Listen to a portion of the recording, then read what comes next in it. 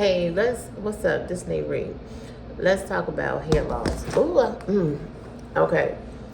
And alopecia. Every time I have encountered someone about hair loss, or I just talk about myself, I have experienced hair loss before due to my own neglect. And I had to do things to make conscious efforts not to continue with the hair loss. One thing I did was consider my genetics and the older women around me and how their hair was. And I took into consideration what they did to their hair and what they were doing to their hair and how I wanted my hair to look. Every black person is not dealing with, is not bald headed and dealing with alopecia.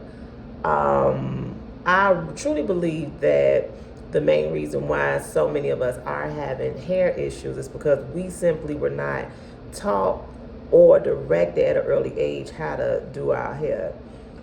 Which way? This the camera. I'm gonna look both ways, so bear with me. So I really feel like that was that was an important missing point in our development. We know how to cook, clean chitlins and peel potatoes, mop a floor, clean a stove, pull out a refrigerator and clean behind that. But we were never instructed on how to properly take care of our hair.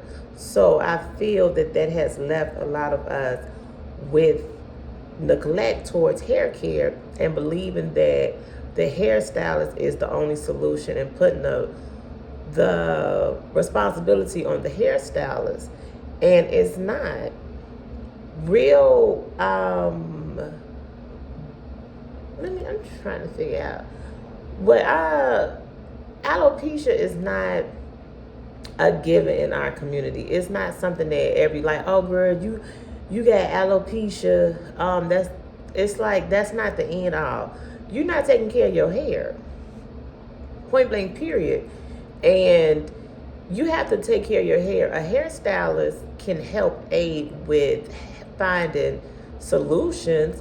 However, they can't grow your hair unless you're willing to do what you need to do at home and you take care of it. That's like going to a trainer once a week and thinking you're going to lose 20 pounds. No, it does not work like that. They create systems that you choose, that you have the option to follow, and you will eventually see results. But nobody is growing hair. If somebody was growing hair, it would be sold already. It'll be a commercial in a movie for it. It's products that help aid in the growth of your hair, but you have to take care of your hair. When I was coming up, I remember the first bundle of weave I brought and the whole experience behind it and how big of impression and a solution it was to my life. I came from the microwave ponytail era, and before then, the weave, the biggest impact on us was relaxers, but nobody gave us the true instructions on how to use the relaxer. So I think a lot of our hair issues come from those two products, those two things that we use to maintain our hair. I find it devastating that so many people that I knew when I was younger that had hair don't have hair now because of straight neglect of their hair. And then they get to their 40s and they get to their 50s and now, oh, I want to grow my hair. I choose you to grow. I'm not doing that. That's not my responsibility. I didn't break it, so why do I have to repair it? And I'm just, and some people I can help, but I cannot help those that are not realistic with the expectations. I appreciate the being referred to for my services, but I have to start the conversation of being realistic with what your expectations are and where you're at. We all are born predisposed to what we're going to have. Some people are taller, some people are thinner, some people are born with long, luxurious hair. Some people go through things and they lose their hair and it grows back. But everybody is not meant to have hair down their back. Just like everybody is not meant to have long legs. you're gonna go through things. You can't it's just genetics. And one thing that is for certain is just love what you have and embrace what you have and understand what you have, and therefore you would see results because it's from the inside. You have to know what you have. If you have alopecia, then figure out, go to a dermatologist, get diagnosed. We live in a world now where you can get hair transplants. It's so many things on the market to help it. It's just not about the style. It's about the inside, what's going on in the inside. A lot of things that could take your hair out besides stress is medication. Medication like high blood pressure, even birth control pills can take your hair out. When you have an operation and you go under anesthesia, that can cause hair breakage and shedding. What else? Your diet, too tight hairstyles, braids. Every style is not meant for you. Every trending thing your hair cannot do. It's like, what more do you want from your hair?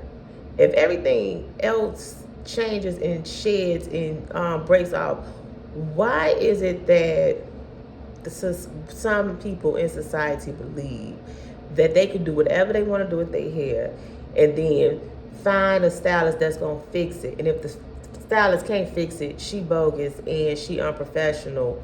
Why is it that we just don't take accountability for the things that we've done to ourselves and deal with it and find a solution that way? I know it's devastating when your hair comes out. I've been there before. I remember I got some braids and it tore the side of my hair out. And I got a little slickly boobop now, but it tore the side of my hair out. So I knew I couldn't do braids anymore. Over the summer, I got some braids again. Years later, I got braids again. I loved them. Thought I was the stuff.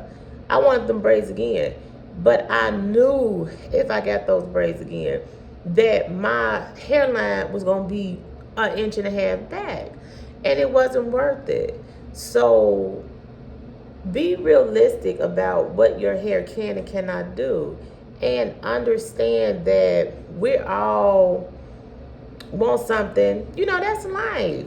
But find a solution that works well for you and is not going to compromise the integrity of your hair. And it's just very, very, it's just time to say it. And that's it. So when it comes to hair loss, it's not genetics. I mean, it can be genetics and it can be so many factors, but one factor it can be is straight neglect. You could be straight neglecting your hair and not taking care of it and don't know what to do with your hair. And it's just not growing. And sometimes it could just be your genetic, the way you was made. You was not made to have hair down your back. If you come from a long line of people that did not have hair down their back, you have to be real. You have to realize that maybe that's not in the, that ain't gonna work. That's not gonna, don't stress yourself over something like that.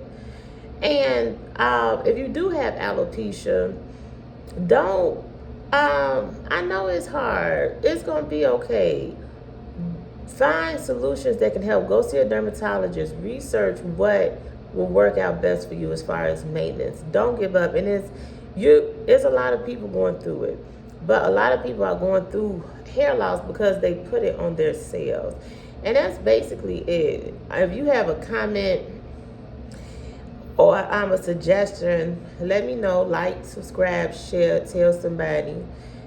And that's it. I can't think of nothing else. But if you're going through hair loss, start by figuring out what is the cause of it and stop doing it. If you're going through hair loss and you're not seeing a change with what you're doing with your hair, do something else. One thing I do know is a hairstylist, a licensed cosmetologist, we can only do so much, and it is our responsibility to help you, find realistic solutions and let you and speak to you and consult with you and let you know what is best for your hair. But if you have the expectations of being a platinum pixie and you don't have no hair all around here, think of another style. And it's okay to wear wigs. And it's also okay to shave off your hair and be bald. But the most important thing is it's okay to be yourself. Live with what you have and accept it. And be happy. And that's, that's it. Thank you. Bye.